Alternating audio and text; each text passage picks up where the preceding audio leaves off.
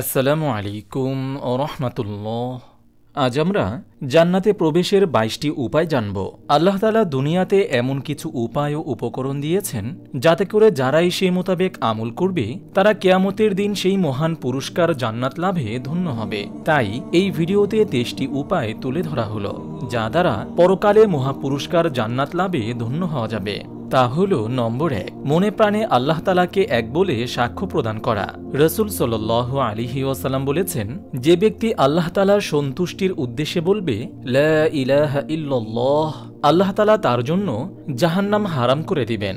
নম্বর ২, এককভাবে আল্লাহর ইবাদত করা। যে ব্যক্তি মৃত্যুবরণ করবে এমতো অবস্থায় যে সে আল্লাহর সাথে কাউকে শরীক করেনি, তবে সে জান্নাতে প্রবেশ করবে। নম্বর ৩, ৫ ওয়াক্ত সালাত ঠিক সময়ে আদায় করা।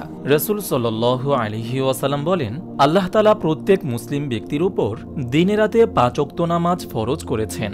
যে ব্যক্তি তা কোনো অংশে কম না করে ঠিকভাবে আদায় করবে তার জন্য আল্লাহর প্রতিশ্রুতি হল তাকে জান্নাতে প্রবেশ করাবেন, আর যে আদায় করবে না তার জন্য আল্লাহ তাআলার কোনো প্রতিশ্রুতি নেই। ইচ্ছা করলে শাস্তি দিবেন বা জান্নাতে প্রবেশ করাবেন। নম্বর ৪, প্রতিদিন ১২ রাকাত নফল সালাত আদায় করা। উম্মে হাবিবা রাদিয়াল্লাহু তাআলা আনহা থেকে বর্ণিত, তিনি বলেন, আমি রাসূল সাল্লাল্লাহু আলাইহি ওয়াসাল্লামকে বলতে শুনেছি, তিনি বলেছেন, কোন মুসলিম ব্যক্তি দিনে রাতে ফরজ ব্যতীত ১২ রাকাত সুন্নত আদায় করবে তার জন্য জান্নাতে একটি ঘর তৈরি করা হবে।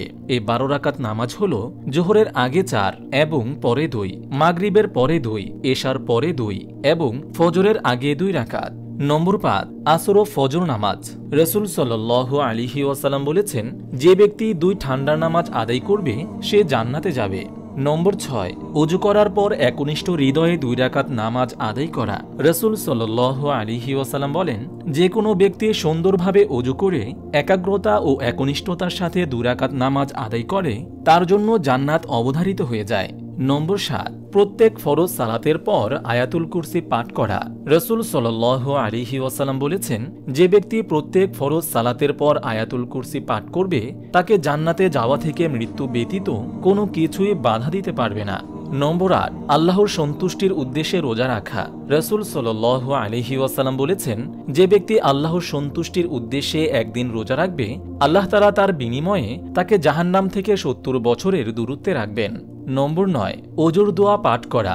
রাসূল সাল্লাল্লাহু আলাইহি ওয়াসাল্লাম বলেছেন, যে ব্যক্তি সুন্দরভাবে ওযু করবে অতঃপর ওযু শেষে এই দোয়া পাঠ করবে তার জন্য জান্নাতের ৮টি দরজাই খুলে দেওয়া হবে, যে দরজা দিয়ে ইচ্ছে প্রবেশ করতে পারবে।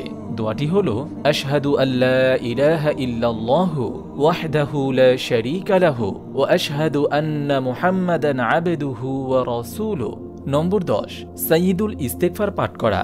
নম্বর ১১, জান্নাত লাভের প্রার্থনা করা। রাসূল সাল্লাল্লাহু আলাইহি ওয়াসাল্লাম বলেছেন, যে ব্যক্তি ৩ বার আল্লাহর কাছে জান্নাতের প্রার্থনা করে জান্নাত বলে, হে আল্লাহ তাকে জান্নাতে প্রবেশ করান, আর যে ব্যক্তি ৩ বার জাহান্নাম থেকে মুক্তি চায় জাহান্নাম বলে, হে আল্লাহ তাকে জাহান্নাম থেকে মুক্তি দান করুন। নম্বর ১২, আজানের জবাব দেওয়া। রাসূল সাল্লাল্লাহু আলাইহি ওয়াসাল্লাম বলেছেন, যখন মুয়াজ্জিন বলবে আল্লাহু আকবার আল্লাহু আকবার তখন তোমাদের কেউ বলবে আল্লাহু আকবার আল্লাহু আকবার। এভাবে শেষ পর্যন্ত কেবল মুয়াজ্জিন হাইয়া আলাস সালাহ ও হাইয়া আলাল ফালাহ বললে বলবে লা হাওলা ওয়ালা কুওয়াতা ইল্লা বিল্লাহ। তারপর মুয়াজ্জিন যখন বলবে লা ইলাহা ইল্লাল্লাহ তখন যদি কেউ একনিষ্ঠ হৃদয়ে বলে লা ইলাহা ইল্লাল্লাহ তবে সে জান্নাতে প্রবেশ করবে। নম্বর ১৩, সালামের প্রচলন করা। নবীজি সাল্লাল্লাহু আলাইহি ওয়াসাল্লাম বলেছেন, তোমরা জান্নাতে প্রবেশ করতে পারবে না যতক্ষণ না ঈমানদার হবে, আর ঈমানদার হতে পারবে না যে পর্যন্ত একে অপরকে ভালো না বাসবে। আমি কি তোমাদের বলে দিব না কোন কাজ করলে তোমরা একে অপরকে ভালোবাসতে পারবে? আর তা হলো পরস্পরের মাঝে সালামের বিস্তার ঘটানো। নম্বর ১৪, ইসলামী জ্ঞান অর্জন করা। রাসূল সাল্লাল্লাহু আলাইহি ওয়াসাল্লাম বলেন, যে ব্যক্তি ইসলামী জ্ঞান অর্জন করার লক্ষ্যে পথ চলে আল্লাহ তাআলা তার জন্য জান্নাতের পথ সুগম করে দিবেন। নম্বর ১৫, রাসূল সাল্লাল্লাহু আলাইহি ওয়াসাল্লাম বলেছেন, তোমরা আমাকে তোমাদের নিজেদের ৬টি জিনিসের জামানত দাও, আমি তোমাদেরকে জান্নাতের জামানত দিব। তা হলো, যখন কথা বলবে সত্য বলবে, প্রতিশ্রুতি পূর্ণ করবে, আমানত রক্ষা করবে, তোমাদের লজ্জাস্থান হেফাজত করবে, দৃষ্টি অবনত রাখবে, তোমাদের হাতকে গুটিয়ে রাখবে, নম্বর 16, জিহ্বা ও লজ্জাস্থানকে হেফাজত করা। রসুল সাল্লাল্লাহু আলাইহি ওয়াসাল্লাম বলেছেন, যে ব্যক্তি তার জিহ্বা ও লজ্জাস্থানের হেফাজতের দায়িত্ব নেবে, আমি তার জন্য জান্নাতের জিম্মাদার হব। নম্বর 17, মসজিদ নির্মাণ করা। রসুল সাল্লাল্লাহু আলাইহি ওয়াসাল্লাম বলেছেন, যে ব্যক্তি আল্লাহর সন্তুষ্টির উদ্দেশ্যে মসজিদ নির্মাণ করবে, আল্লাহ তাআলা তার জন্য জান্নাতে একটি ঘর তৈরি করবেন। নম্বর 18, পিতামাতার সেবা করা। নম্বর 19, রাগ দমন করা। আবু দারদা রাদিয়াল্লাহু তাআলা আনহু হতে বর্ণিত, তিনি বলেন, আমি একবার রসুল সাল্লাল্লাহু আলাইহি ওয়াসাল্লামকে বললাম, হে আল্লাহর রাসূল, আমাকে এমন আমলের সন্ধান দিন যা করলে আমি জান্নাতে যেতে পারবো। তিনি বললেন, তুমি রাগ করিও না, তাহলে তোমার জন্য জান্নাত। নম্বর 20, ইয়েতিমের লালন পালন করা।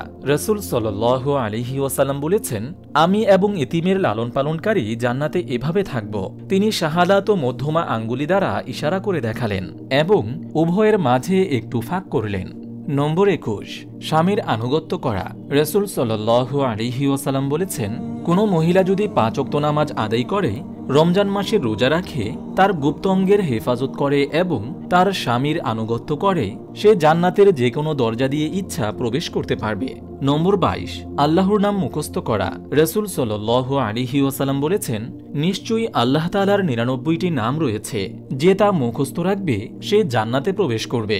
ইমাম নববী রহমতুল্লাহি আলাইহি বলেন, মুখস্থ অর্থ হল অর্থ বুঝে আমল করা। আপনি যদি এরকম ভিডিও আরও পেতে চান, তাহলে এই চ্যানেলটি সাবস্ক্রাইব করে পাশে রাখা বেল আইকনটি অন করে দিন।